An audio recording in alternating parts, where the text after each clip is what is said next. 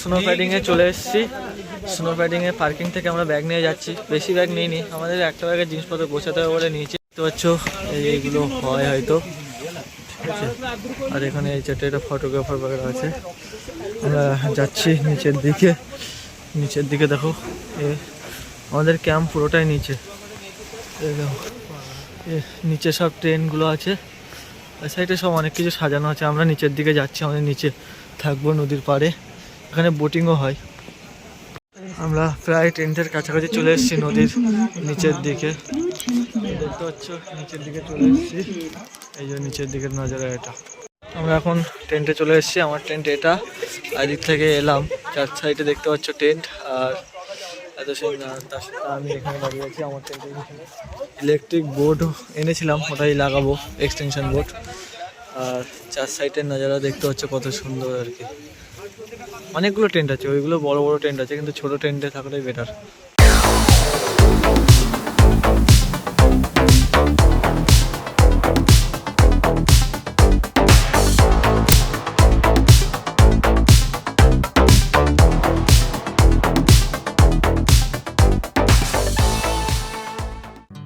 আমি first time এই টেন্টে থাকছি। এটা আমাদের ব্যাগ প্যাক করার জন্য লাগিয়েছিলাম ফোনটাকে এরকমভাবে। আর দেখতে পাচ্ছ শুয়ে আছে,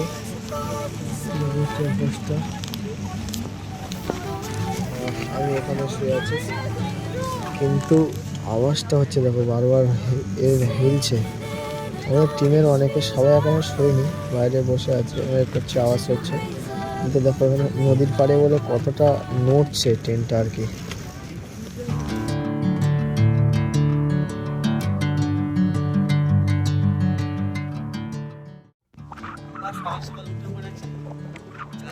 নজারাটা দেখতে পাচ্ছ সুন্দর। আর এখান থেকে রিভার করে বুটিং গুলো করে। আমরা ডাউকিতে ওই সামনে যে কাঠের বোট গুলো আছে, ওরকম বোটে বুটিং করেছিলাম, 3 জন করে নিয়েছিল একটা বোটে।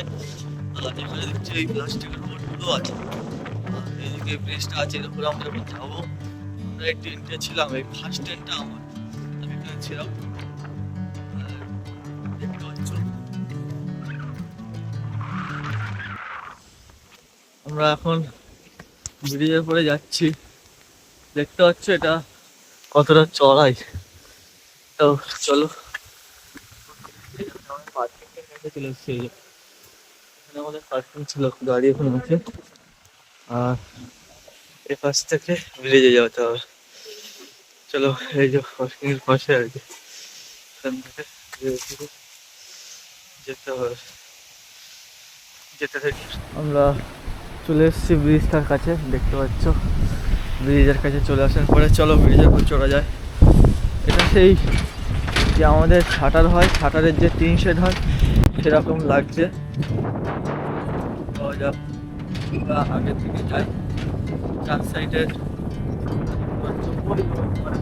ফার্স্ট এডটা আমাদের, আর সাইড থেকে এরকম ভিউ, আর এই সাইড থেকে এত সুন্দর একটা ভিউ আছে।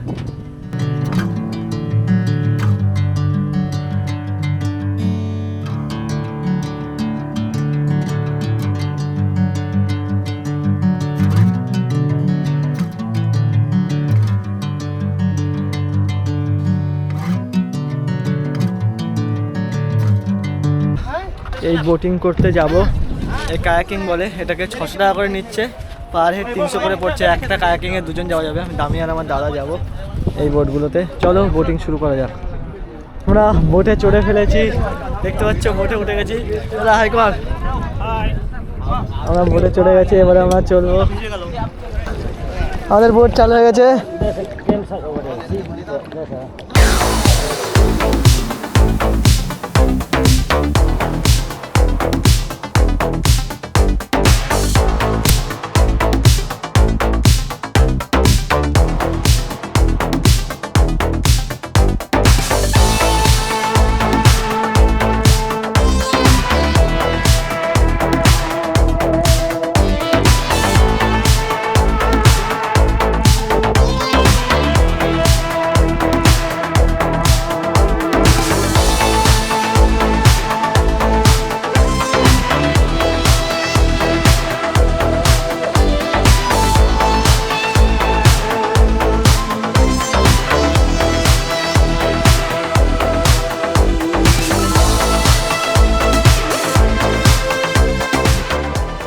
কমপ্লিট করার পরে আমরা হলো প্যান্ট জামাটা ভিজে গেছিলো, ওই জন্য ওগুলো ব্যাগে ভরে দিয়েছি।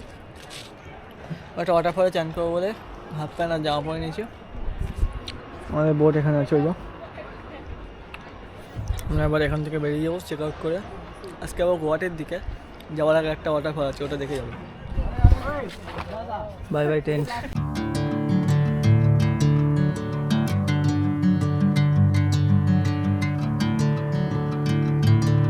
চলে এসেছি কাঙ্গুসুরি ওয়াটারফলে। কাঙ্গুসুরি ওয়াটারফল, আমরা চলে এসেছি কাঙ্গুসুরি ওয়াটারফলের দিকে।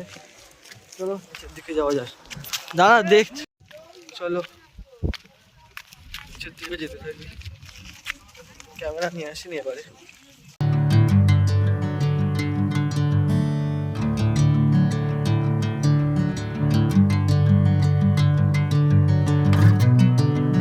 চলে এসেছি ওয়াটারফলের কাছে, নিচে চান করবো। চলো চান করতে যাও। চার্জ নেই ফোনটাতে, আর ক্যামেরাও আনতে ভুলে গেছে। সবাই ভয় দেখালে হচ্ছে টাকা লাগবে 100 টাকা করে, এক্সট্রা 100 টাকা করে। আমার কাছে এমনি অনলাইন সব ক্যাশ নেই, যারা আসবে ক্যাশ নিয়ে আসবে মেঘালয়তে, কারণ নেটওয়ার্ক চলে না। অনেকটা ফেসেছি, পরে ভিডিওতে বলবো কেন আমরা চান করবো। ক্যামেরা আনিনি, তাই জন্য ফোনের সামনের ক্যামেরা দিয়ে এখন ভিডিও করছি। চলো চান করে যাও। আমরা ওয়াটারফলের পাশে এখন চলে এসেছি, এবার চান করতে লাগবো। ব্যাগগুলো পিছনে রেখেছি। চান করছিলাম এর নিচে, আর এই সাইডটাতে বোটিং হয়। দেখতে হচ্ছে এখন আমরা চান করে রেডি হয়ে গেছি, এবার আমরা বেরাবো। ওই জন্য আর কি দেখতে হচ্ছে এখানে হলো বোটিং হয় ওপরটাতে, আর এর ঠিক নিচে আমরা চান করছিলাম, মানে নিচে যে ওয়াটারফলটা পড়ছে সেটাতে। এটা কতটা ক্রিস্টাল ক্লিন জল দেখো, এখানে সব ফটো সেশন করা যায়। আমরা ওখান থেকে দেখাচ্ছিলাম সেটাতেই, এখানে বোটিং হয় আর কি। ওই যে বোটিংয়ের মার্কিং করা। যাওয়ার সময় এই ভিউ পয়েন্টটা আমরা দেখিনি, এটা উপরটাতে আমরা ফটো তুলতে গেলাম, আর এই নিচেটাতে হয় আমরা চান করেছি, আর এই উপরটাতে বোটিং হয় আর কি। তখন আমি এখান থেকে বেরিয়ে যাবো। চলো বাই বাই। আমরা টিফিন করার পরে এবার বেরিয়ে পড়েছি। এবার আমাদের উদ্দেশ্য হচ্ছে কামাখ্যা টেম্পলের দিকে যাব, কারণ আমরা কালকে কামাখ্যা টেম্পলে পুজো দেওয়ার ইচ্ছা আছে। তো চলো, পার্কিং এটা। আমরা খেলাম এই হোটেলটা থেকে। চারপাশটা দেখতে হচ্ছে সন্ধে লাবু ভাব, মানে বিকেল হয়েছে, হালকা হালকা সন্ধে ভাবে। এদিকে তো তাড়াতাড়ি সন্ধে হয়ে যায়। আমি বেরিয়ে পড়েছি মা পুজো দিতে দেওয়ার, মানে টোকেনের লাইনে দেওয়ার জন্য। চ্যান করে আসলাম, আগে একবার দাঁড়িয়েছিলাম, আমরা খেয়ে দিয়ে যে রেডি ছিলাম। তারপর আমরা টোকেন নেওয়ার আগে একবার চ্যান করে যাবো প্ল্যান করলাম, তার জন্য চ্যান করে এসেছি, রেডি হয়েছি দেখতে পাচ্ছি।